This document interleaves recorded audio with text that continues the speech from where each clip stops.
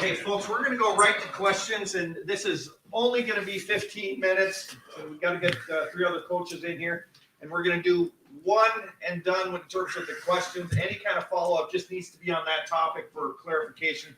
We get so many people that want to ask questions, guys, that we just have to make a few changes. So we're going to open up front row right down to Barry WBNS. Coach, obviously the bye week, does it come at a good time? And what's your philosophy on bye weeks? You're on a bit of a roll, but you also have some banged up players. No, I think it does come out at a good time, and I think you bring up a good point. There's times where you start to get into a rhythm, and then you don't want that bye week. I don't know if that's the case here. We're going to practice today, tomorrow, Thursday. Really put some good 3 days of practice in and keep grinding on this thing. But it does allow us to get a few guys healthy heading into the Iowa game. Right behind him, Clay Hall, WSYX. Looks like you're getting a lot of love nationally, pundits, whoever. I mean, do you subscribe to that Nick Saban rat poison type of thing? Well, I think our guys would tell you that it doesn't really matter other than winning the next game. I think the guys understand that. I don't think that any of the guys really even care about that because it doesn't matter. The only one that matters is the one at the end of the season. So we have to keep winning, and that's all we're focused on right now, quite honestly.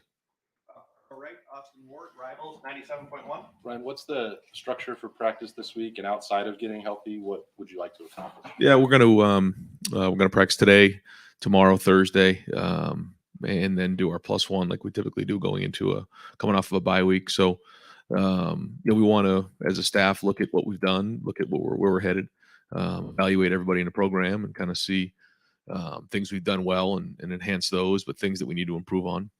We obviously want to get healthy, and get some guys, back out in the field. Want to get some guys who are playing with a few things, healed up, and then continue to work good on good fundamentals and technique. As you get 5-6 games into the season, you can start to get scheme oriented, and we can't do that. So we're going to dive back into fundamentals, techniques, and identify the things that we're going to need to get done here in the home stretch. Right behind him, Bill Landis, Rivals. Right, your punt and punt coverage have been very good this year, but I think maybe the rest of the special teams operation has been a little hit or miss. Just how are you feeling about that as a whole, especially the return game with some of the drop balls? Yeah, we got to do a better job fielding the ball. I think if we do that, then we feel a little bit better about all of it. But certainly we can't be doing that. We got to make sure we field the ball better. I think that's a good time right now to look at that and figure out if we have the right personnel in all groupings, and certainly in special teams as well. Right behind him, Dylan Davis, Delaware Gazette. When you have a chance to get Common Core in the game, CJ's out and Kyle's in, how do you balance, giving him enough of the offense to see what you need to see because he might be your quarterback next year and also not want to be disrespectful? Well, it's obviously a good problem to have. Don't get me wrong, but it is something that you want to make sure you respect the game, and but at the same time, you do want to kind of get them going a little bit, and we tried to get that third down conversion. We got him on the outside the pocket on the naked. I thought he threw a nice ball there. We had the third down where he was reading the end. I thought maybe we could have done a little bit better job just across the board, not just him. But we convert right there. Maybe we move the ball down the field. You start to get inside of 5 or 6 minutes in the fourth quarter when you're up in a lopsided game. I just kind of want to make sure I respect the game in that area, but certainly want to get him in the game, especially if it's at the end of the third quarter, early fourth quarter, and get some first downs and let him go play. Fourth row right, Spencer Holbrook, Letterman row. Ryan, you talk about rest, recovery, trying to get guys healthy, but at the same time, there's a lot of work I'm sure you think needs to be done.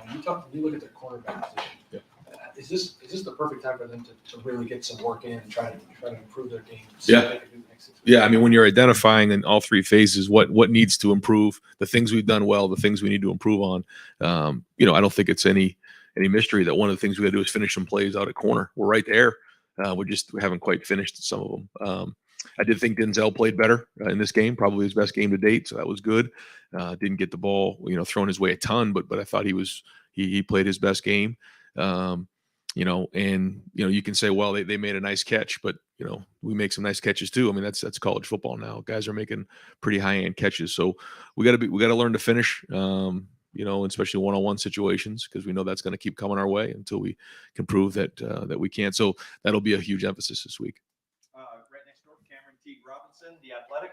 Brian, kind of off that, you talked after the game, like you said, they're there, you just need to make plays. Yeah. That corner, is it as simple as just finding the ball? I mean, Cam got that PI on a broken play, Yeah. clearly, but is it simple as just find the ball for those guys? Yeah, I just think the more and more times we put them into those situations, the more comfortable they're going to feel, and the better they'll be. So it's our job as coaches to continually put them in those positions and give them an opportunity to learn from it and grow and get better. So that's what we're going to do. Right next door, Tony Girdman, Buckeye Huddle. Ryan, you have been speaking highly of Lathan Ransom since his freshman year. Yeah. Given the 2 years that he had until now, the way he's playing now, just your thoughts as his coach on seeing that rise. Yeah, I think you're seeing, what he's capable of. He's very intelligent. He's very athletic. Has really good football IQ. You can see how much ground he covered on that first play on the touchdown, and still was able to hang on to the ball. He's got really good ball skills. So great to see him healthy. Great to see him running around. Now he's got some games under his belt. So I think you're seeing the best version of Lathan. Front row right, Joey Kaufman, Columbus Dispatch.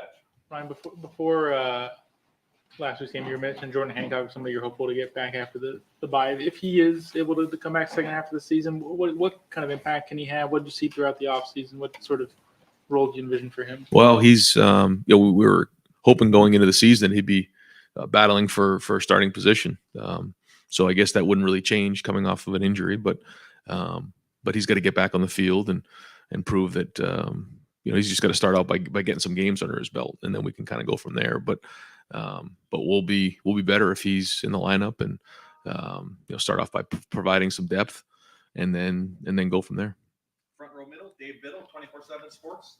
Ryan, how would you describe your offense right now? It's just so multiple. I don't think it's as simple as calling it a spread. I mean, you guys are doing some offset I formation. I think you're doing more 12 personnel than ever, 3 tight ends more than ever. Just how would you describe your offense right now? We're trying to find different ways to attack the defense based on the guys that we have. I think when you look back 10 years ago, maybe more now, it was like the spread offense was kind of, the new thing. And that was creating a little bit of stress for the defense. And so I think maybe, defenses over time have kind of caught up to just lining up in spread sets. Actually, I know they have. And so now we're trying to find more creative ways to create new surfaces, bigger surfaces, different formations that, you're not giving them what they're working on. You're not giving them what they're practicing. And now there's a fine line there, and I think our guys, it's not easy here. We do a lot of stuff. And so guys have to be really well prepared coming in every day. It's not just we're going to run the same plays every week. We're not going to do that. But I think they enjoy that. I think they really embrace the challenge of, trying to give the defense a lot of problems. But at the end of the day, we still have our base things that we'll do that we'll line up and play. We know what our base is. We know what our identity is. But I think the guys enjoy coming in on Tuesday thinking, okay, what are the new things coming in this week? And then go putting it on the field. And it's fun. You can see the excitement of when we execute plays that we've been working on that maybe are new. You can see the excitement. They enjoy that. And I think that's a tribute to our coaches, but more importantly, our players coming in every day with the ability to go take a meeting to the field and then go put it onto the game field, because that's not easy to do. Yeah. Right behind him, Stephen Means, Cleveland.com. No, you're not going to sit here and try to take any awards for CJ yet halfway through the year, but just halfway through his second year as a starting quarterback, what are some things you've liked, maybe some things you haven't liked, just kind of evaluate what you've seen from him so far? Yeah, I think, all right, so first 6 games, I think the first thing you notice is just his movement. I think that, you could see that in the first couple games, his movement has been improved, whether it's been, out of the pocket, doing some things that are designed or not designed, scrambling, extending plays like he had to do in the first game and a couple other games. So I think that's been good. I think his red zone play has been excellent. I think when he's had to throw the ball away, he's thrown the ball away, but he's also made some really good throws down there, which has led to us being successful in the red zone. But overall, I just think it's his leadership, his vision, his accuracy, all the above. Right behind him, Dan Hope, 11 Warriors. Ryan, I heard you say on the radio last week that, you guys had a lot of injuries, and you've noticed that around the country, a lot of teams are having to play depth because of injuries. Do you think there's any reason why maybe there have been more injuries this year? Yeah, I don't know if I have the numbers or data to back that up. I don't, but it was something that I just kind of felt, and I don't know, but it does, challenge your depth when you're in those types of situations. And I have been proud of the guys who've had to step up, whether it's been in special teams or some different positions, going into some games with two freshmen, corners who had never really had any experience before, or, a running back position. We've had some stress at a couple positions that we've had to go play some depth. And so that's been, I think, another thing. If you're just identifying what are the things that have been positive in the first 6 games, I think we've seen some of that go on. Our depth has been challenged at different positions, and we've responded pretty well. And hopefully that can, pay off here in these last 6 games of the regular season. Fourth row left, Jacob Bench, the Lantern. Yeah, hey Ryan, just going back to CJ, you mentioned, I think last week or a couple of weeks ago, he doesn't play for personal accolades, doesn't really care too much about the stats. And then he said after the game Saturday that he's dedicating the season to Dwayne Haskins. He said he writes like his cousin's name and stuff on wristbands and whatnot. Just what does it mean to you to see your quarterback play for something bigger than himself? Yeah, I think you can see it. I think the players can see it. I think you can see his attitude on the sideline. He is not concerned about statistics. I think he understands that they're gonna happen and they're gonna come, but he's focused on one thing, and that's winning and being a leader for his teammates. And when you truly play like that and just have an open heart, and I think it carries over to your team. And naturally his stats are really good, and naturally he's playing at a high level, but that's not what he's focused on. And I think all the guys on the team have embraced that, and certainly his leadership has been felt. They understand that there's no expectations going into a game. Yeah, we hold each other to a high level. We want to play and be the best team in America. So I think that's probably what you're getting at. And it's not just about him, and it never has been, by the way. I mean, it's just the way he is, the way he's wired. And I think that's a sign of a great leader. Deep left, Brendan Gulick, Buckeyes Now and Sports Illustrated. Coach, I guess I'm just curious. I know the goal is to always have that pair and a spare where if somebody's not available, you don't have a drop off. You guys have had a really impressive year in not having a drop off. Have you been around another team that reminds you of the way you guys continue to just plug a hole and execute at the same level?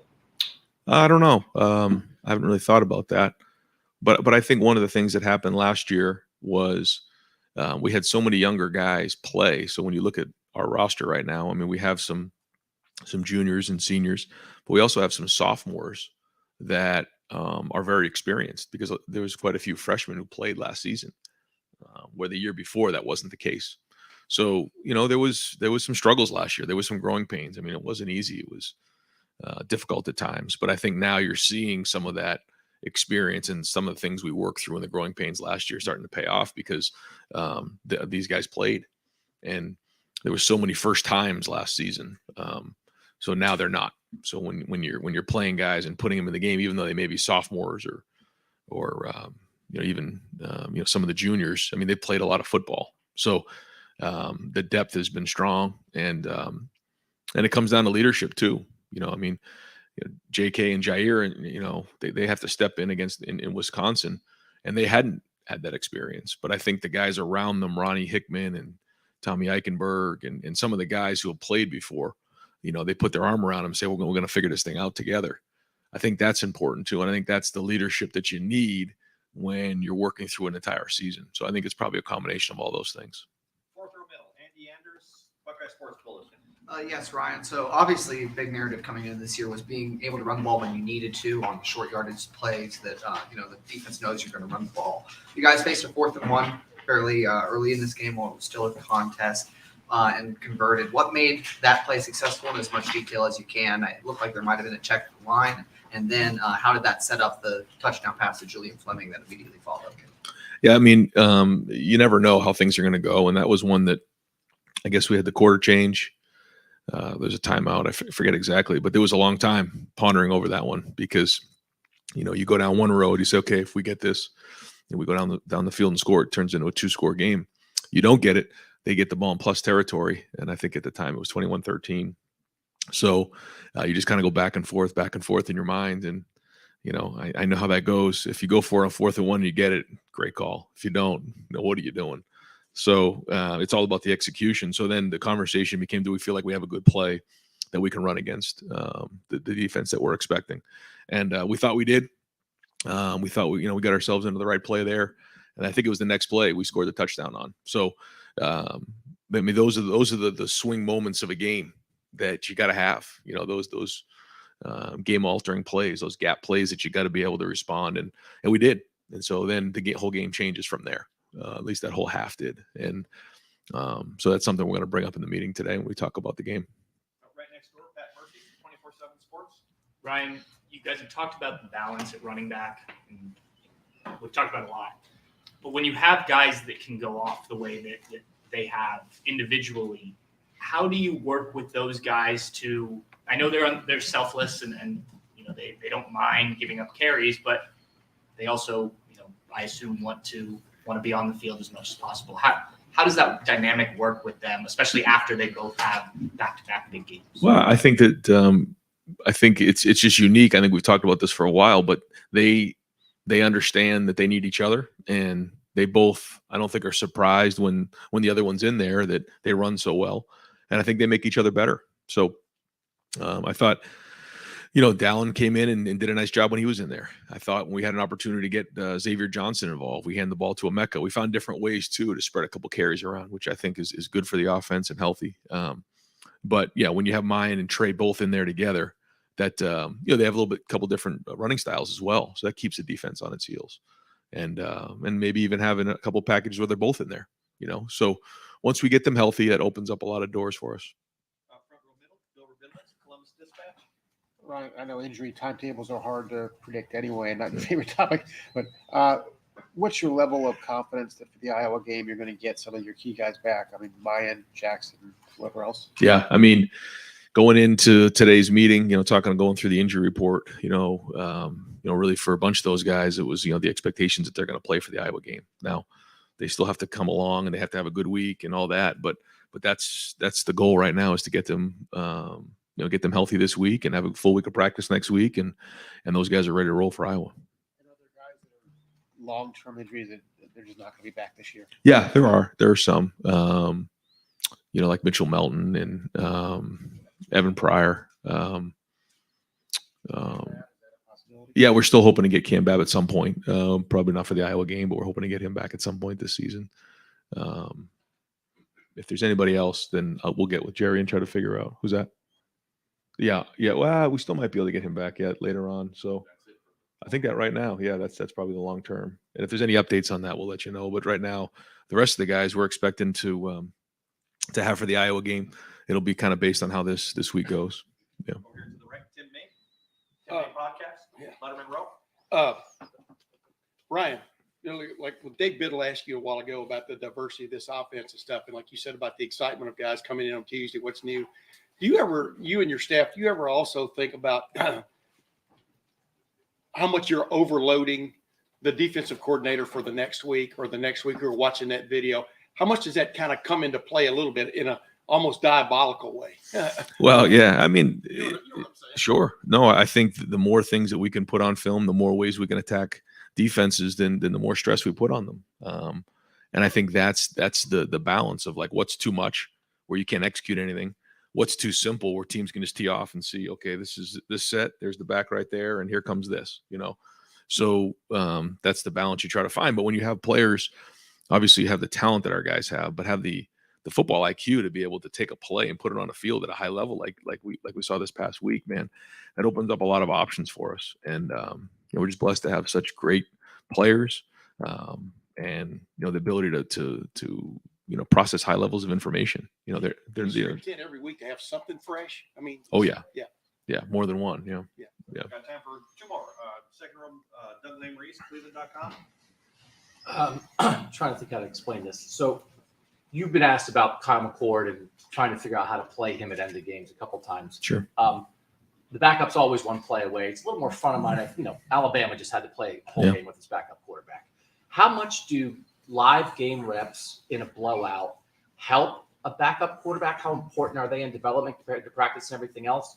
And whenever we've asked you about it, you've brought up this idea of not wanting to be disrespectful at the end of games. And I think that makes a lot of sense in the non-conference, that kind of thing. Why is that front of mind for you in a conference game where, you guys theoretically are all equal? Why is that still a factor for you? The first part, I think, yeah, it is. I think it's good to get him in the game, get whoever in the game, whether it's the quarterback or anybody else. Just getting those game reps under your belt is different than in practice for sure. But that's just the way that I've always believed. The game should be played. I think when you're rolling and you're in the third quarter, you're beginning of the fourth quarter, go play. But when you start to get towards the end of those games and they get a little lopsided, I just think that's the way to respect the game. Fourth row left, Nathan Barrett, Cleveland.com. I just want to go back to the question about the cornerbacks. As you look ahead for what this next week needs to be for them, for Denzel and Cam, I guess, especially at the top of that list, do those guys need a lot more reps? Do those guys need a break? How do you sort of look at the week for them, just because that is the position that's maybe stood out? I think that these 3 days are great days to get better, and then take a couple of days to catch their breath. But I think, yeah, we got to try to. The best way to coach is to put players in game situations. So how do we create those exact situations that have happened in the first 6 games, and then allow them the opportunity to find the ball?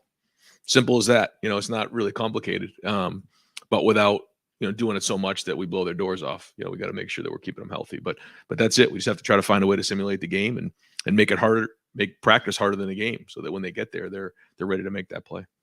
Coach, thank you very much. All right, guys, thanks.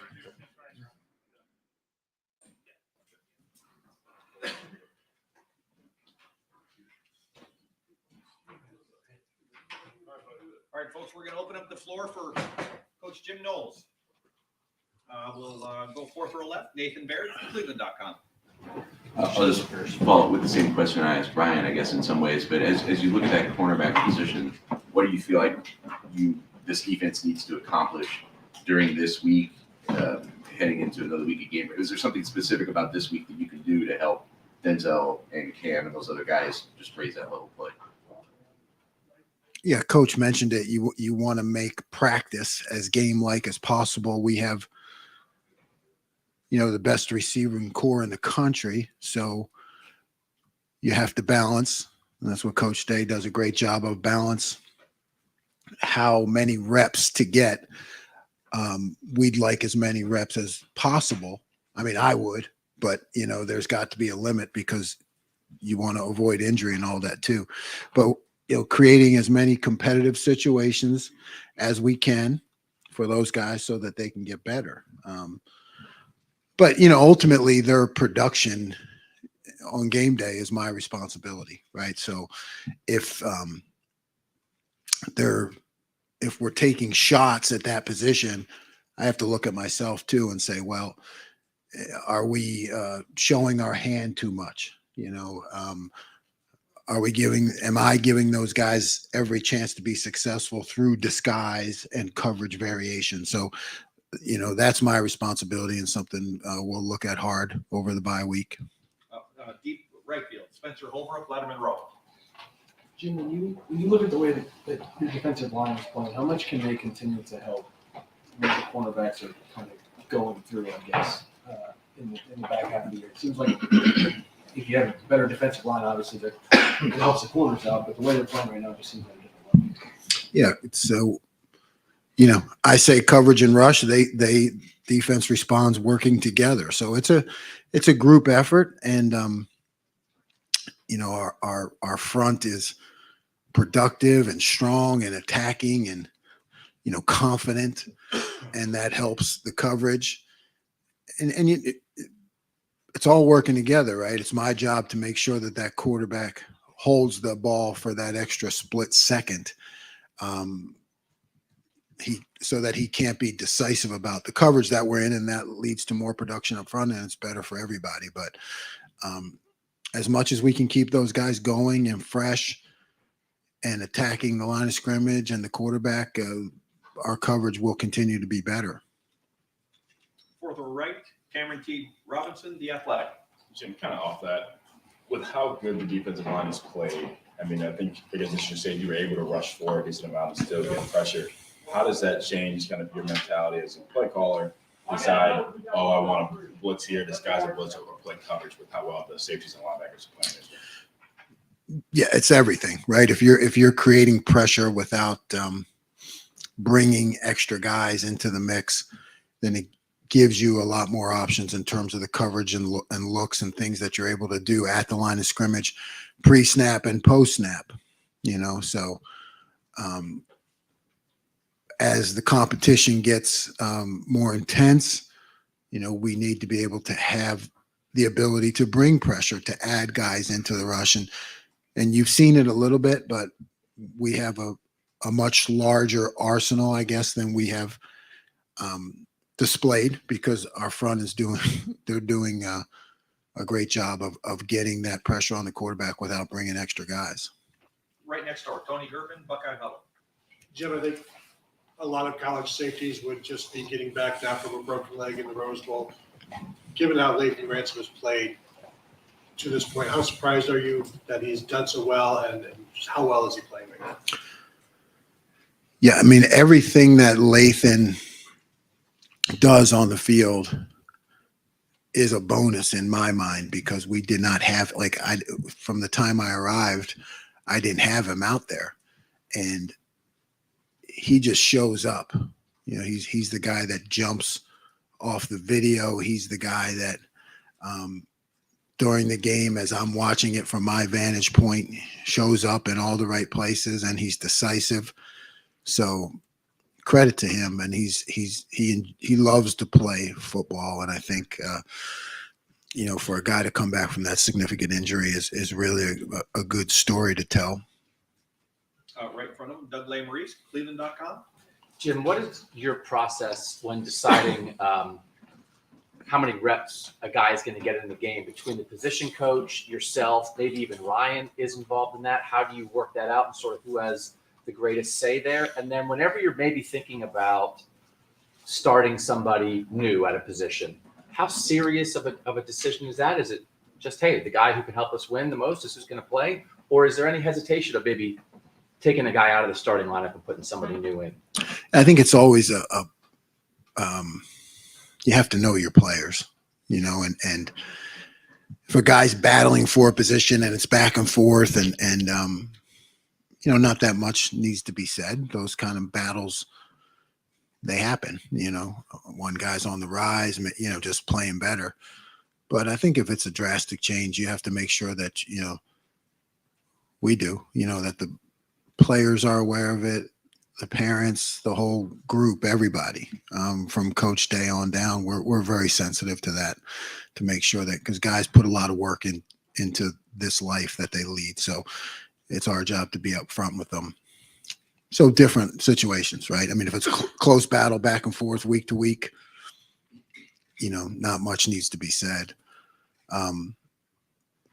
When it comes to reps, yeah, I think, most of the time that goes to the position coach. I mean, that's ultimately a position coach's responsibility, but Coach Day will weigh in, or I'll weigh in if we think there's a need to. But I mean, we have a lot of great coaches, so they really manage that.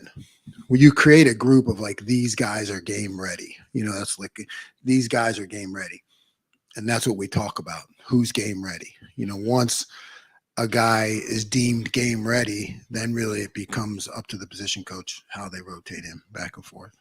Front row middle, Dave Biddle, 24/7 Sports. Jim, halfway through the regular season, you guys are ranked 7th in the country in total defense. What's maybe one thing you're really happy about with your defense, and maybe one thing that you're like, we've got to get better at this?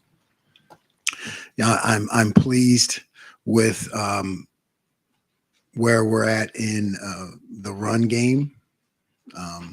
We can be better, but I'm just pleased in the way we're fitting things and the way that we're playing fast. Guys seem to know the scheme and where they fit and where the ball's going to come out. You feel good about not getting creased. Guys are in the right places, which is always important, particularly with a new scheme. And then, we third downs, right? pleased with that. You know, I think in both the run game and third downs, we still have more that we can do. You know, we're just starting to approach the level that we want to be at, but there's more that we can do in those two areas. And then we got to be better at those 50-50 balls. I mean, that's just the reality of playing defense is you can play great all game and they can just toss a couple up in the air. And if you don't win them, you know, you give up a couple touchdowns, and that's the game we play, but we want to get better in that area. Front row middle, Bill Rabinowitz, Columbus Dispatch. Yeah, Michael Hall Jr. had 2.5 sacks. I think at only 7 snaps. First of all, how good is he? What's it like to have him on your defense, and why only 7 snaps? Well, you know, he's coming off an injury. He's battling injury. He's fighting his way back. You know, Mike loves to play, so you know he comes in practice and maybe, you know, doesn't re-injure or doesn't feel great, and then has to back off. So it's like a push-pull kind of thing. You're trying to get him those reps during the week. So we just thought it would be a good idea to ease him back into the lineup, someplace where he could just be aggressive, you know, and play fast. And, you know, that was the plan. His production for 7 plays is exceptional. You know, obviously we'd like to play him more, and he will as he gets healthier, but that was definitely the plan this week, and it worked out well. Right next door, Joey Kaufman, Columbus Dispatch. Jim, you mentioned, at least with Tommy, the way he picked up the defense, that middle linebacker spot was really advanced for somebody you coach. Steele's the other guy starting with him, and somebody who didn't play a ton at the position until last year. What do you think of the way he was able to learn stuff this offseason and take it to the field through 6 games? Yeah, Steele is he's just making continual progress all the time. Smart, you know, enjoys playing, has picked things up well. You know, I think what you're seeing in Tommy is advanced. You know, I think he's really kind of not the norm, but Steele has picked it up at a sound pace and has become more and more productive as the weeks have gone on. Third row left, Dan Hope, 11 Warriors. Jim, I know you talked a lot before season about how, you know, installing, kind of ramping that up over the course of the offseason. Is there more stuff that you look to install this week during a bye week? You know, there are things that we've installed that we have not shown yet. So, you know, we do that. I do that as I kind of think weeks in advance. So we want to be able to, I don't think it's best if you install something that week and put it in the game. I mean, sometimes you need to do that, but I'd much rather think ahead, and we've put things in now that you'll see in the upcoming week. So we'll continue that in the bye week. I don't think it'll be like, hey, let's download some more during this week because it's the bye week, but we try to stay a few weeks in advance. I do with my thinking. So we'll just continue at the same pace. You know, it's working, and I definitely don't want to put more on the players. Right in front of him, Stephen Means, Cleveland.com. Follow up on what Doug was asking a little bit with Lathan and Josh specifically. I know you guys are teaching them everything, but everybody's natural skill sets are different. Can you just talk about the difference between what Lathan brings to that safety spot versus what Josh brings to that safety spot, and how that maybe shows up in the game? Yeah. I feel like Lathan has some versatility in between the adjuster and the bandit position. I think he seems to be a guy who can be both strong side, weak side, fit the run pass, see the concepts, maybe in a broader spectrum. Josh is I mean, I think he's really good when he has a specific assignment and direction, and is able to really just unleash and play fast. So Lathan plays bandit, and he can do that from a physical standpoint, but I think he also thinks and sees the game like an adjuster, more like Ronnie does, so that it's more versatility. Fourth row left, Jacob Bench, the Lantern. Yeah, hey Jim. Take a look at you mentioned the linebackers there. See Steel Chambers step up the way he has the second year as a starter, and you mentioned how smart he is intelligently. How does he step up as a leader on the practice field and in games as well? You see his production on the field, but as a leader as well, how does he around his teammates? Steele is always a positive player, right? I guess that's his contribution from a leadership or mentality standpoint. He is a guy who doesn't let one play bleed into the next. If it didn't go well, he brings that attitude of, next play attitude and vision towards being our best, rather than looking back when things don't go quite as well. And I think that helps him in his own game, even during practice, when I try to be hard on him, he's developed a great mentality of just always looking forward. And I think that's, you want that in all your players. And sometimes we try to test them at practice to put them into that mode, so they can block it out when the time comes. And he brings that to the defense. Deep left, Brendan Gulick, BuckeyesNow and Sports Illustrated. Hey, Jim, you've made it really clear with us how high your standards are. You guys are playing opposite an offense that has exceeded at extremely high levels, whether it's in practice or on film. Do you sense that your defense plays with a certain level of freedom, knowing that the offense is going to score most times 40-plus points a game? I mean, does that help them play with a certain freedom or a certain aggression?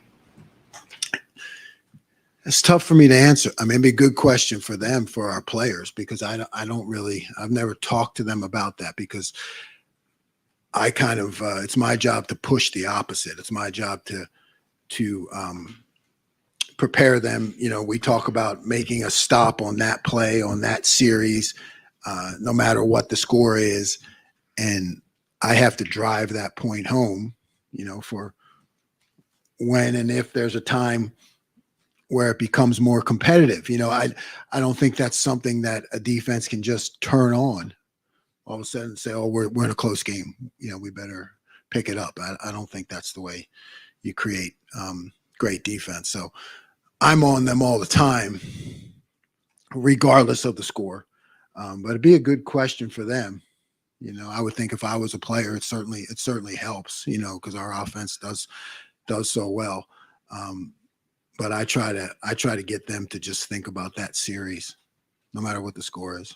Second row right, Bill Landis, Rivals. Jim, these 50-50 catch situations, I know sometimes the guy just makes a good play. I think that might have happened on the Jaden Reed touchdown there. A nice catch by him. Outside of those plays where the offensive guy just makes a good play, what do you think is missing in those moments for your guys, whether it's, I don't know, getting your head around or physicalities? What are you harping on in those situations? We talk a lot about winning at the line of scrimmage. I think when you go back to some of the plays that haven't gone in our favor, you have to look back to the start of the play.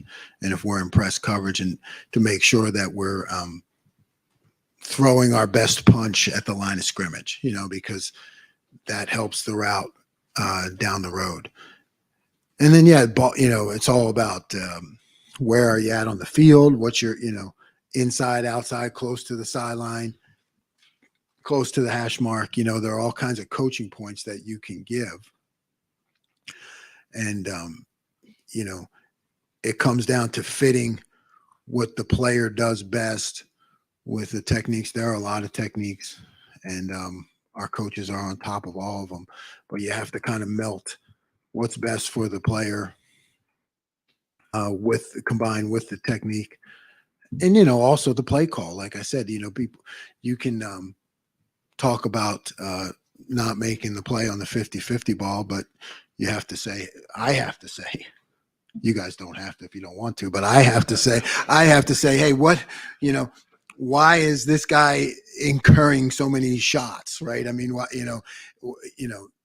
how do I need to disguise things better, change things up differently, so that doesn't happen. So offenses don't feel that they can do that. So I have to look back on at myself.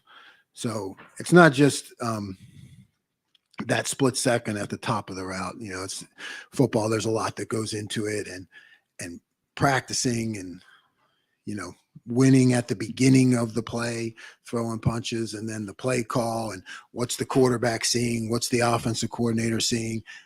Am I creating the best situation for that guy to be successful? Got time for two more. Front row right, Austin Ward, Rivals. Jim, when you go back to that conversation with Lathan and Proc, is that one of the week by week, game by game battles that you're talking about that's ongoing, or was there something maybe specific to Michigan State that made Lathan, a better fit for that one? Yeah, it's week to week, right? I mean, again, we deem them both to be game ready. There's a lot that goes on during the week that you guys don't see, like who's banged up, who's practicing more, guys a lot of times playing the games, but maybe they didn't practice quite as much or at the high speed of intensity because they were banged up during the week. So that all goes into it week by week, but they're both game ready. And right next door, Tim May, Letterman Row. This may sound a little goofy question, but I think a lot of the guys on your front four are playing extremely well in that rotation stuff. But has Micah Hall become sort of that, oh no, not that guy? When you see him go in a game and stuff with the effort he has shown, obviously Saturday in 7 plays, he put on an almost clinic of how to terrorize a quarterback. I mean, is it important to have a guy like that? I mean, that You say, "Oh no, guy," when the other team looks at him. the other team looks at him, "Oh, no." I hope so. But that's a good question for Coach Jay. I think he's up next. But I mean, I like to see Mike in there, yeah, because I know that for me it's the OES guy, right? Because I'm like, oh yeah, okay, Mike's ready to go. Now that means any one-on-one matchups that we create through bluffs and different, to get him one-on-one, or the games that Coach Jay calls and things. That means that the probability for success is going to be high, which then goes back to, hey, helping our corners, like we said, in different disguises and things. So he does change the game for us, for sure. Coach, thank you very much. Okay. Thank you. Appreciate your time.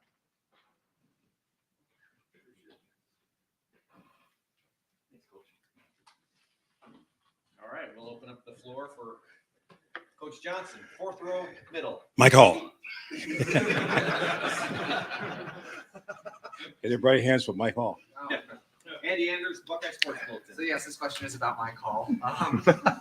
All right, go. What do you want to know? He talked in the post-game presser about developing his explosiveness in the offseason. What sorts of things, I guess, how you develop that trait in a defensive tackle? Well, it starts in the weight room first. That's the most important thing. Coach Mickey's group did a great job of getting those guys physically ready. That's the bottom line. Second part is just getting ready to play on the field. We probably spent more time this season really attacking the sleds more, and just kind of really pounding the sleds, just get more physical fits throughout practice. So that's one thing that kind of added more up just to make sure that we're physical at the line of scrimmage. And that's kind of helped us. Second row left, Stephen Means, Cleveland.com. Kind of a Mike Hall question, but not Yeah. really. Whether it's moving Zach inside in the rushman package, or when Jack is the Jack moving around, and so Mike is technically on the end now, what has been a more, I don't want to say difficult, but difficult process developing Mike Hall's edge skills or developing Zach Harrison's? Well, you got to look at the front. If you look at the 5 technique playing end, it's no different playing 3 technique on the inside. It's the same spacing as we see. It might have more space because he's outside. So we felt when you're a pass rusher, you can rush from the 5 technique, 3 technique very well. You want to see him in a 9 technique wider than that because he would be out of space, too much space for him. So we feel that playing a 5 technique with his skill set, it gives him a chance to still rush the passer. So that's why we do it. Yeah. Front row middle, Dave Biddle, 24/7 Sports. Coach, what's different about Tehran other than the fact that he's a 5th-year senior and has the experience? He came in as the #1 D tackle in the country.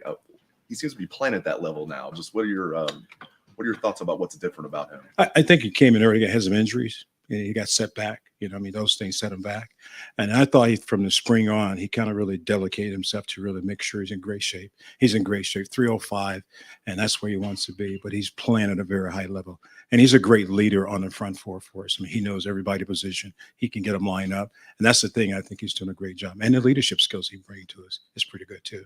So I think that's the biggest thing. He's stronger, he's healthy, and he's playing at a very high level.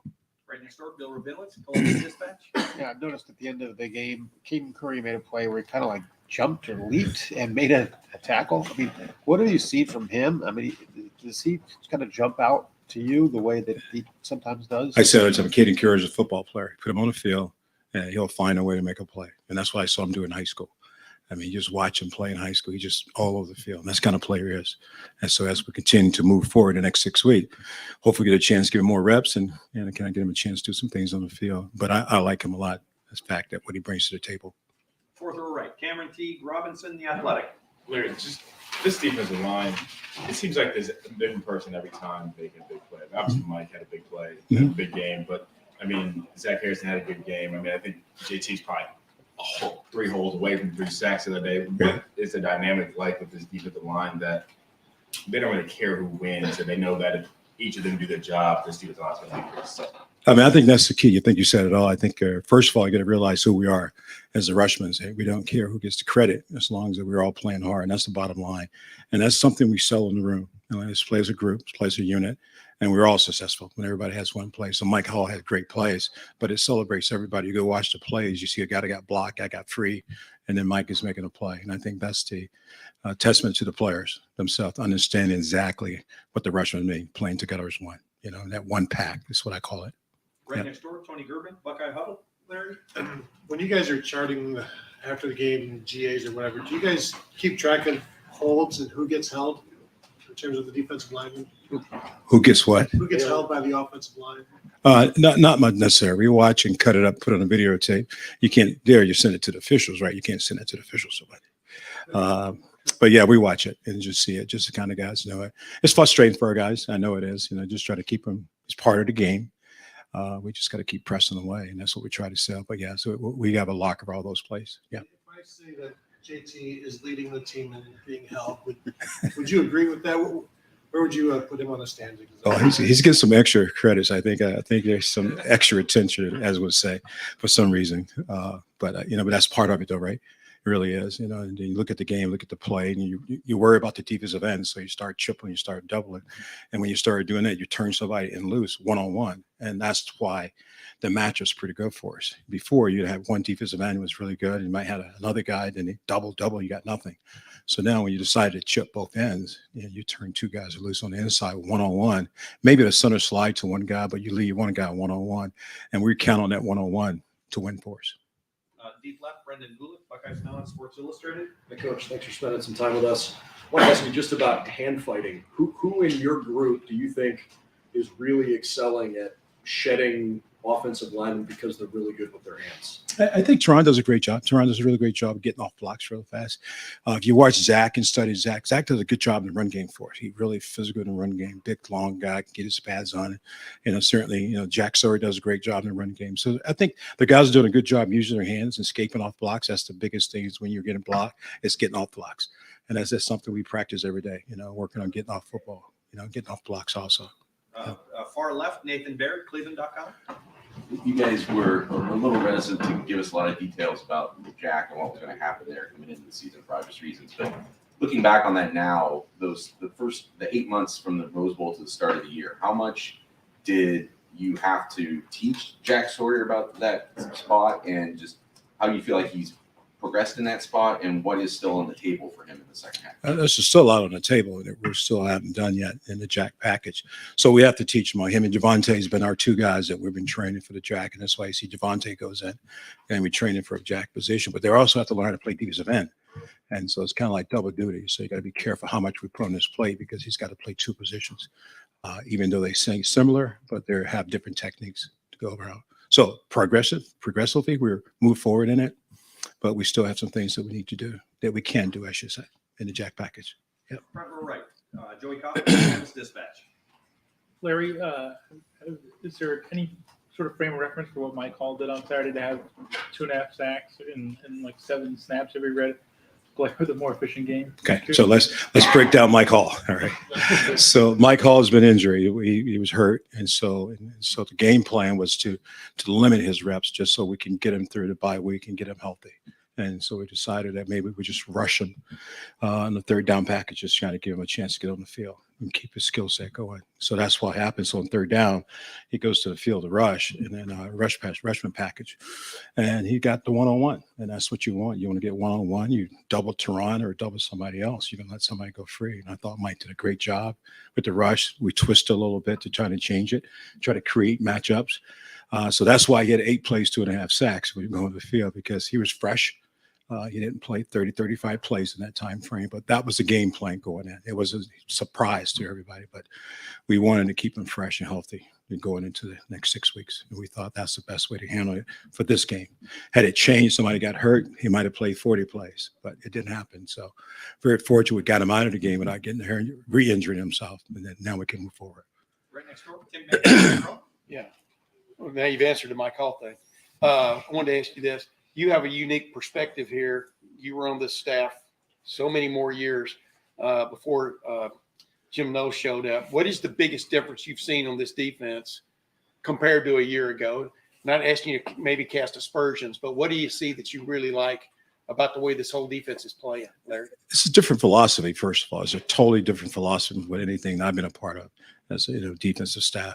You're talking about a guy who can move the yardstick, can move the bodies, can put guys in great position to make plays. And I think that's what he does well. He can see the game very well from up top. He can call a great game. And I think that's the biggest thing. We're playing at a high level because you know what you're doing faster. You do it faster. But this is a different scheme. I can't compare it to last year or a year before because it's a whole different scheme. But in other words, what you're saying is y'all are more place specific. I mean, explain that when you talk about guys being able to move faster and stuff. The key is when you know what you're doing in your position and you do it over and over again, you play faster, right? That's the key of doing your job. And so he allowed us to do it for multiple sets, the same job, but for multiple sets, if you understand what I'm saying now, right? So that's why I think it's much easier. It's hard for you to know where I'm going to line up at every single time if I move the stick every now and then. And I think that's what coach does a great job of changing what we do and changing our technique and how we play it. So that's different, totally different. Mike Hall have a great get off. It does. Yeah. We've got time for just a couple more. Front row right, Austin Ward, Rivals 97.1. Larry, we know your preference, your philosophy is to rotate and play as many game-ready guys as you see fit. It seemed like maybe the last couple of weeks you've pared that down a bit. Coach Day and Coach Knowles talked about that as well, like maybe letting the starters have a larger share. Is your philosophy evolving? Is the game-ready depth not at the level maybe you thought it would be? What's sort of your evaluation of that? It's not changed is that, you look at the number of plays that we played in a game. So we're at 54, 55, 52. And when you start looking at those numbers, we're not getting a lot of plays. And so you kind of force yourself. You have to play those guys longer to get them game ready for when you got to play 60 or 70 plays. So that's the biggest concern is to making a change because we're not playing a lot of plays. The offense is scoring a lot of points and we're sitting on the sideline. And so when you get a little nervous, the D-line coach is like, man, we need some plays. You know what I mean? I'm good, but we still need some plays to get ready for a game. I think the top guy Saturday played 30 plays. We'd like to get that to 40 plays, 45 plays, to be honest with you. And so not to do that, so you gotta hang in a little longer than you normally would. But I haven't changed my philosophy. I believe that playing fresh in the fourth quarter is the key to any defense being successful. The guy's tired. He's no good. So yeah, but that's kind of forcing a change. Yep. Right behind him, Bill Landis, Rivals. Larry, with how well you guys defended the run this year, and it just seems like your guys up front are really controlling their gaps. Did you guys change anything with how you play against the run this year, or what would you attribute that success to? I just think you got veteran guys coming back, right? And I think that's the biggest key. We have guys that played last year, and now they're back, understand the technique to play our gap scheme. I think that's, and then you move them a little bit to kind of change. And every defensive lineman needs a three-way to go. You need to go in, you need to go out, always going forward. And so that's the thing that Coach Knowles done a great job, giving an opportunity to change so we're not sitting darts. You know what I mean? So now when I'm playing a gap, I can play it more physical because I know exactly where I'm at. And if I change the gap, I got a chance to penetrate. So it's a little bit of both. I think it's fundamentals, techniques, and the fact that the scheme allows us to play really solid at the line of scrimmage. Yeah. And final questions, third row left, Dan Hope, 11 Warriors. Larry, you said before the season you thought you had an alpha dog on the defensive line. Is all that alpha dog? Yeah, we still got some dogs left. No, I don't think you can say it right now. We're 6 weeks and we're really pleased where we're at right now, to be honest with you, as a unit. And as a defense, I think the 6 weeks would kind of determine who that guy's going to be. You know, there's some front runners, but I hate to say right today who's the alpha dog. Yeah, I guess I hope a couple more dogs can run in the pack. You know what I mean? That's what I'm hoping. Yeah. Coach, thank you very much. Appreciate it. Thanks, guys. Thanks, Larry. You're with another shout out on national TV broadcast. Why did I say national TV? This is 1990. Jerry with another shout out on the broadcast. I didn't see it though. Oh, people are so used to it now, they didn't blow up your phone. All right. I'm going to get everybody out of here and on time for their flights or their drives or anything. We'll open up the floor for Coach Frye, front row middle, Dave Biddle, 24/7 Sports. What's up? Hi, Justin. 6 games through the season, it seems like the O-line's playing well overall. What are you most pleased with? And maybe what's one thing that you still feel like we got to get better at? Their weekly approach. You know, these guys aren't settled with like, oh, we had a good game last week, let's go. Every week we come in and we find something on film that we need to attack, something that maybe wasn't as clean as we want, and they're looking for that. So that's been the best part. I think if you continue to do that, and as Ryan talks every week, right, it's a new challenge and a new game, and you can't rest on what you've done, and you got to work your details and fundamentals and technique, and these guys are looking for that every week. So that's been probably why, if you say it's been consistent, because on Mondays they show up and they've watched the tape, they've taken notes, they want to know what we can improve on and what we got to work that week, and then we attack that during the week, and they've done a really good job with that. Is there something that you really want to get better at as you look at your O-line right now? Just the basics. I mean, when we're supposed to run the ball, you got to run the ball. When we got to protect the quarterback, make sure the quarterback's protected. You know, staying physical, staying assignment sound. I mean, it sounds all basic, but that's what you got to do. You got to block them so they can't tackle them. And so whether we're throwing the ball or running the ball, we just got to make sure that we're continuing to do that at a high level. Deep left, Nathan Baird, Cleveland.com. Your players have talked a lot since the end of last season about kind of the chip on their shoulder as far as succeeding, especially in short situation, third and short, fourth and short. Just where do you feel like the performance is right now? And was that something you picked up on early on when you got here, that just that sort of urgency that you felt about that? I mean, not really to the back part of that, but I think what they're doing a good job of is situational awareness, like understanding when it's a third and short call, when it's fourth and short call, and what anticipating and those things.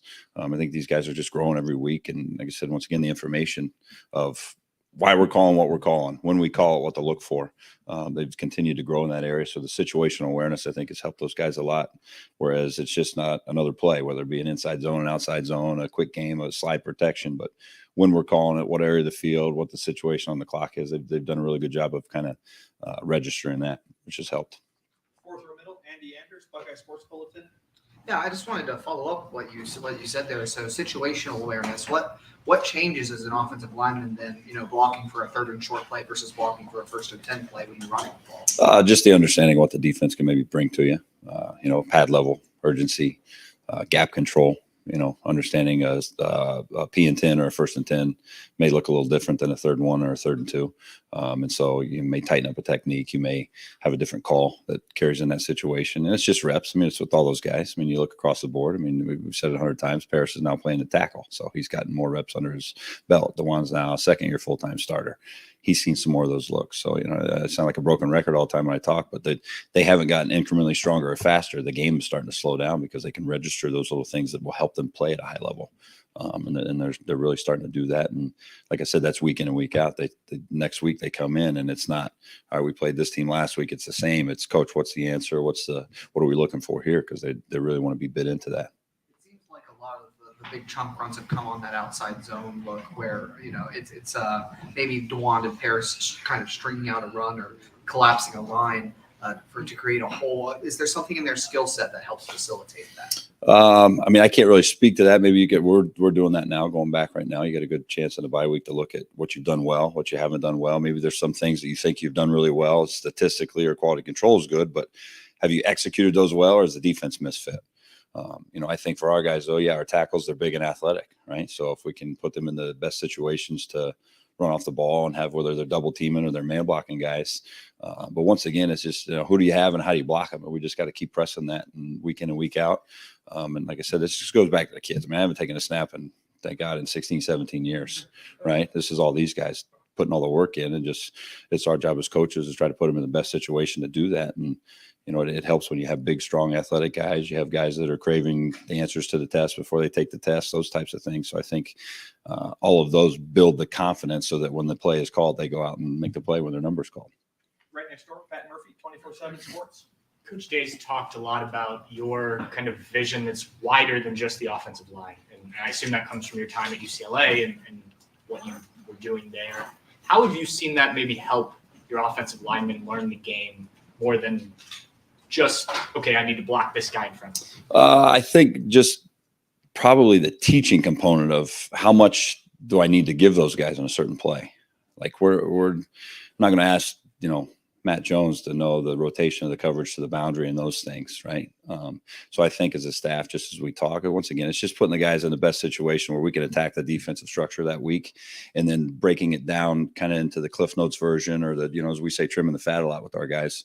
What do I need to give to the tackles, to the guards, to the center, saying, okay, on this formation or this set, look for this because this could be coming.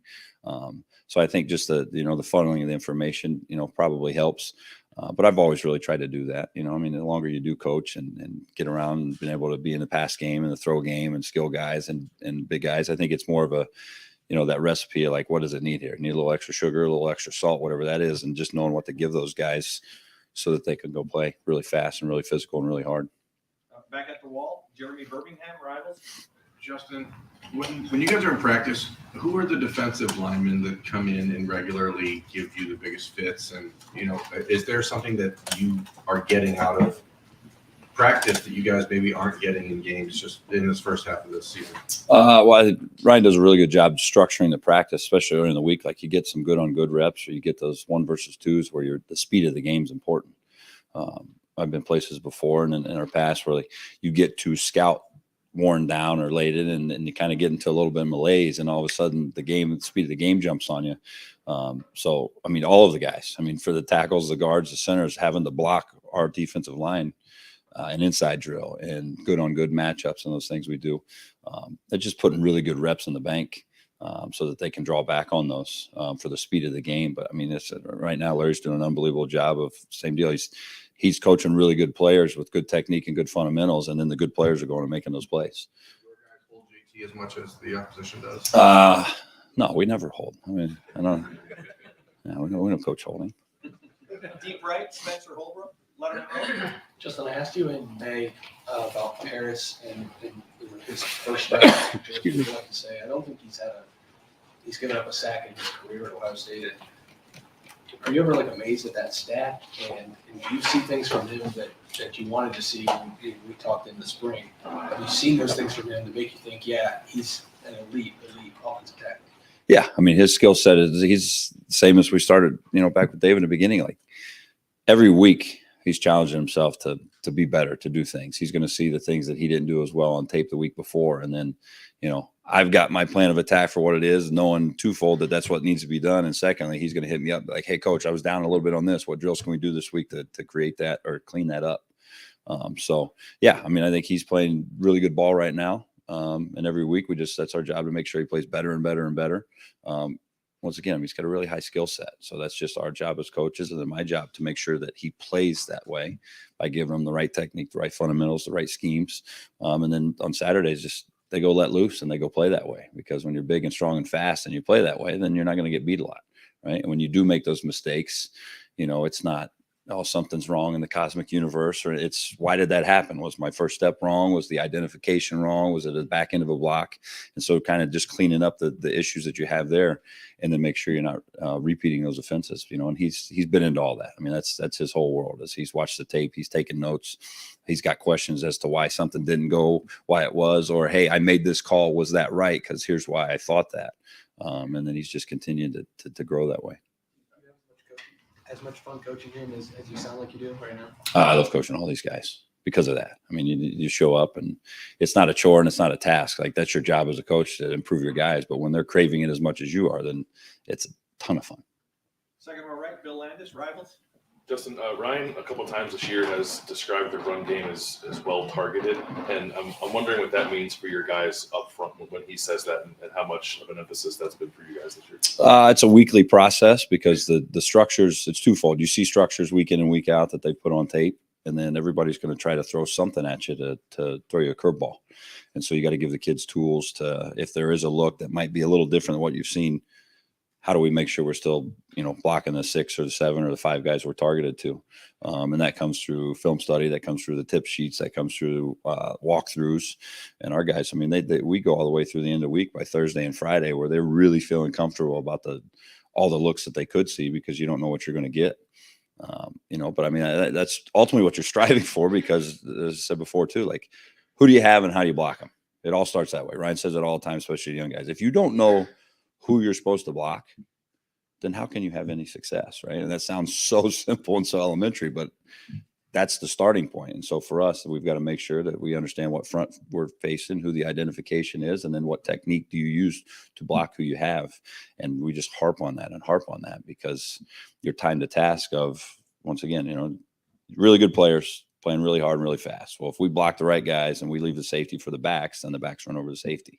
If we protect the right people and pass off a twist because we know it's coming, then CJ drops back in rhythm and throws the ball and gets it down the field to all the guys he's throwing it to. So, just constantly harping and having them become habitual with communication. How many downs? Who do we have? And then where do we go from there? And not just assuming things or blocking looks or guessing. If we're all on the same page, it's the wrong page. At least we're blocking 5 guys, and that's where you turn those could be negative yardage runs into the ugly 1 or 2s. And I think we've done a good job with that, kind of eliminating the wholesale negative plays so far this year. Far right, Clay Hall, WSYX. You've had some kind of snappy sayings there. Is there one that you use more often than trim the fat or extra sugar, extra salt? I should use those for me because as a training table, I get a little heavy during the season, right? I need to trim some of that fat and less sugar and probably more salt to stay hydrated. But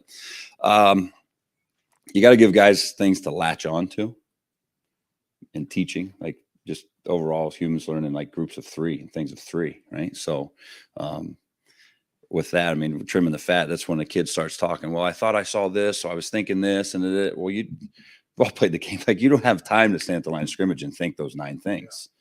All right, it's 4 down. There's the point. He's here. I'm doing this, and then go execute at a high level, right? So that's just kind of the mindset that we use in the room of, you're going to paint this big picture, right? You got to start with little brush strokes there. So what is that? Who's the downs? Who's that guy? Okay, I have 1 from there or 2 from there. I have no one from there. I have help. I don't have help. And then let your technique take you home that way.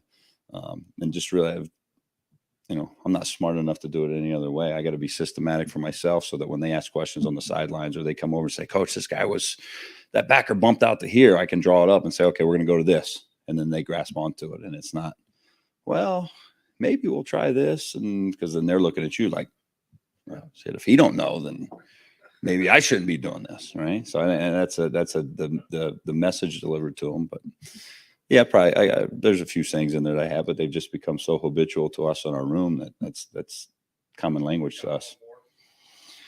I like putting up 3 fingers when we score a touchdown. When they see that, they know we're kicking the field goal for the extra point. So that's a good one to throw out. Front or right, Austin Ward, Rivals. Justin, Matt sort of suggested maybe a couple weeks ago to me that foot was never going to be completely right for him this year. I don't know if that's true or not, or how much to talk about it, but it just seems like he's hurt but not injured, wants to keep playing and battling through it. What have you seen from him physically just to get out there every single week? And then if it does catch up with him at some point, I don't know if it will, what have you thought about Enoch and Fryer coming in to help there? Yeah, I think that the first part of your question, simple, is Matt's like a lot like we talk with Paris and Donnie and those guys. Like, Matt's never played like a full season. And so Matt's learning what it feels like to really be the guy all the time, right?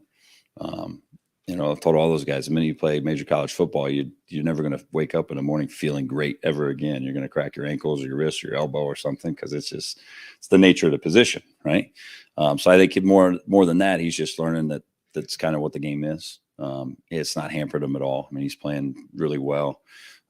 You know, still moving guys in a run game when we're asking them to, protection wise, coming off and doing some things. So not any big issue there. And then, yeah, I mean, the big thing with those other guys you talked about is just creating depth with all those young guys. And we've been fortunate enough now where we've gotten a lot of those reps there late in the game where guys are up in the true double digits, almost triple digits, getting some good gradable tape and being able to go play the game.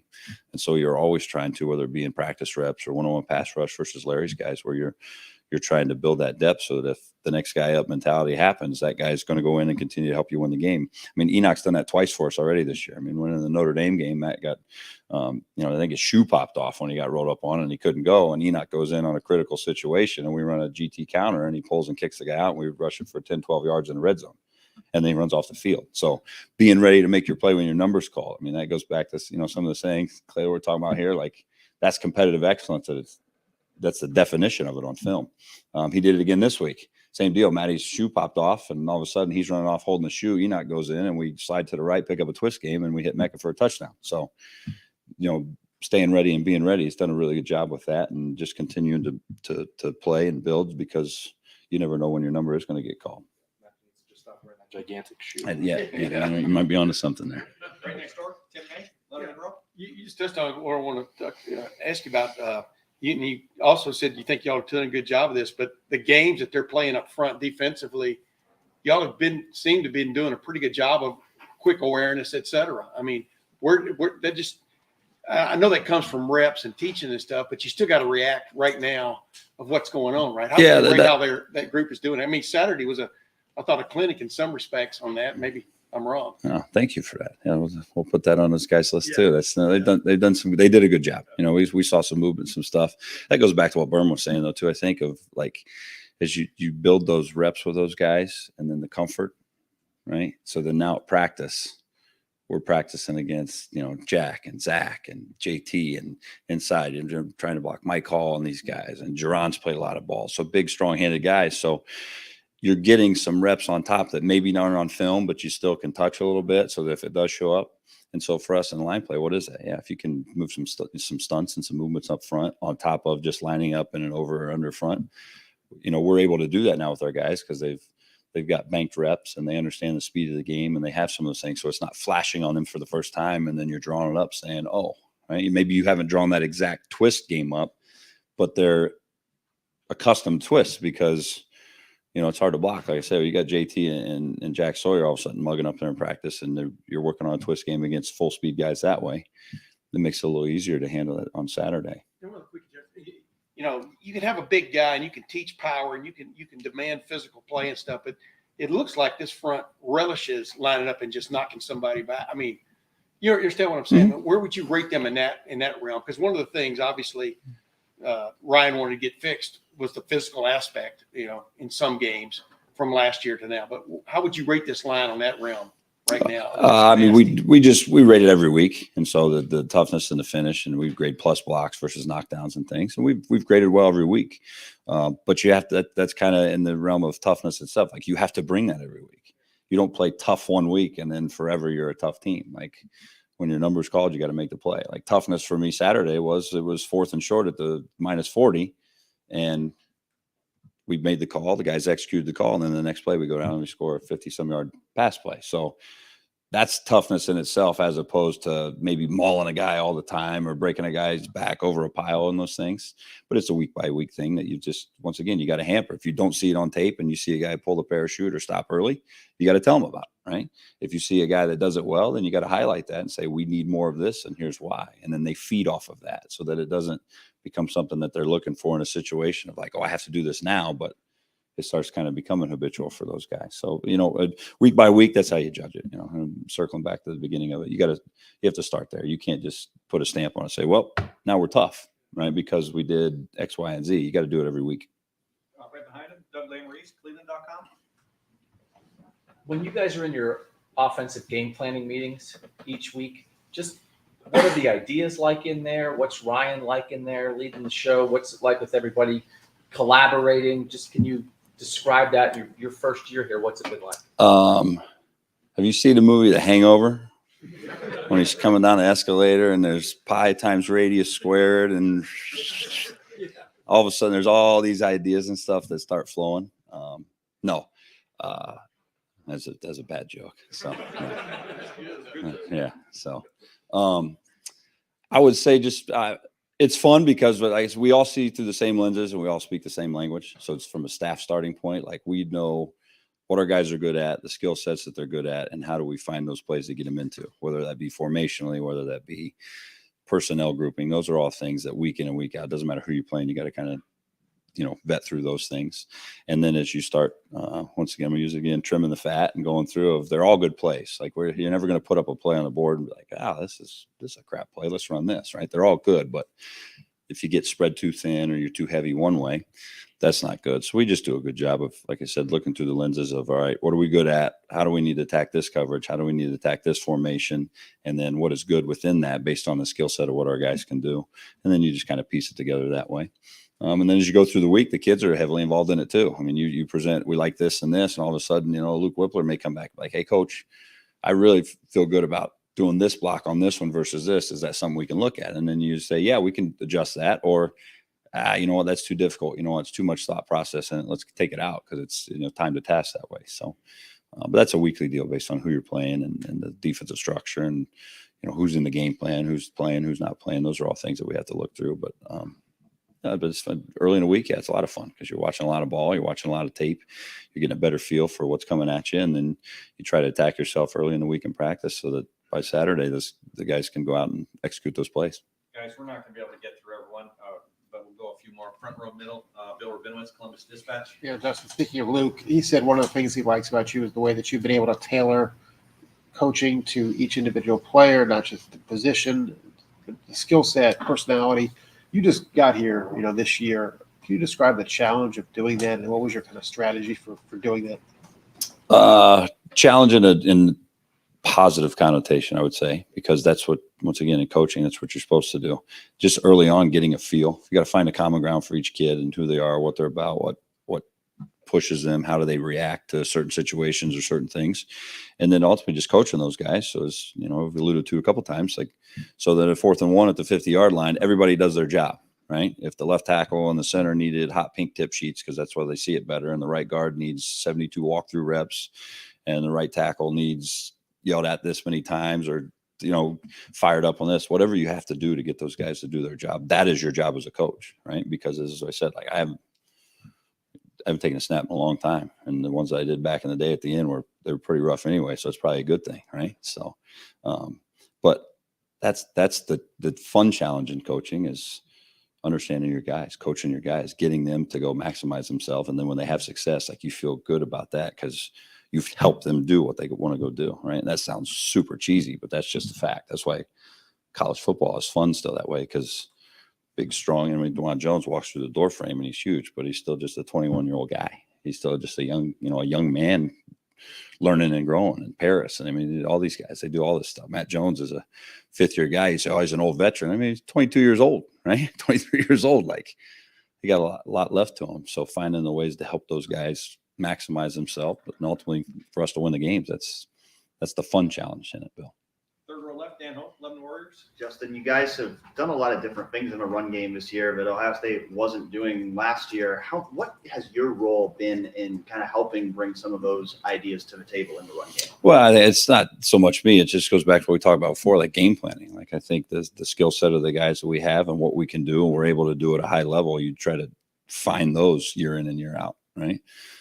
And so, just as you go through the room, you look at all those guys in the staff room. It's not just me, but Tony's coached a lot of good backs, and they've run it a lot of different ways, whether it be inside zone, outside zone, some pin and pulls, some zone reads. There's a lot of experience in there. Obviously, when Ryan and I were together before, we were in the 50-yard line and 32 personnel a lot of the time. So I think just the mix of everyone in that room having expertise of history of what they've done and how they've done it, and then able to kind of, tailor that to our guys that we have now has been the biggest part. So, me, nothing. I got to get the 5 guys up front to play really hard and block the right guys. If it's my idea one week or it's somebody's this or it's collectively us, it doesn't matter as long as we're doing it at a high level right now. And that's what we say. That's what we judge week in and week out to make sure that when we're supposed to run it, we run it. When we're supposed to protect, we do it. And that's a whole group effort versus just me rolling in a room. right in front of him, Stephen Means, Cleveland.com. About the 4th and short, but you didn't get it on the 3rd and 2 the time before that, and then obviously the quarter ends. Are you harping on run that ball again? It's just because 4th and 1, and just because of the way you talked about needing to be able to run the ball when everybody knows running the ball. So you may be harping on that. Well, you just have to have a call ready to go that if that's the situation that's needed, then you're comfortable with the kids. I mean, we didn't call a bad call on 3rd and short that we didn't get. We just, you got to execute it better, whatever it may be. But then on to the next play. Like, in that case, when Coach Day's standing over there and we're all talking on the headsets, what do we like? Where do we want to go? He's got a mindset of what he wants to do and what he wants to call, but you just need to have something available that your guys are going to execute well because they have confidence in it. They've done it during the week. They've seen the looks. And so, you got to have something in your pocket ready to go if, as we talk about as a staff, and just so that the kids can go do it. And final question, front row, middle here, Joey Coffin, Columbus Dispatch. DeJuan came into this year a little lighter than he was before. Just what have you made of his first 6 games? Same deal. I mean, I think he's playing football higher level than he ever has because he wants to, right? Just like you said, the all those things that may be little things as a younger guy or that you don't know are big things as you start playing more become big things. So being able to keep your weight down so that you can play faster and you're not as fatigued late in the game, being able to, stay after practice and get some pass sets or some extra work that he wants to work on with his hips or his hands or his feet or whatever it may be.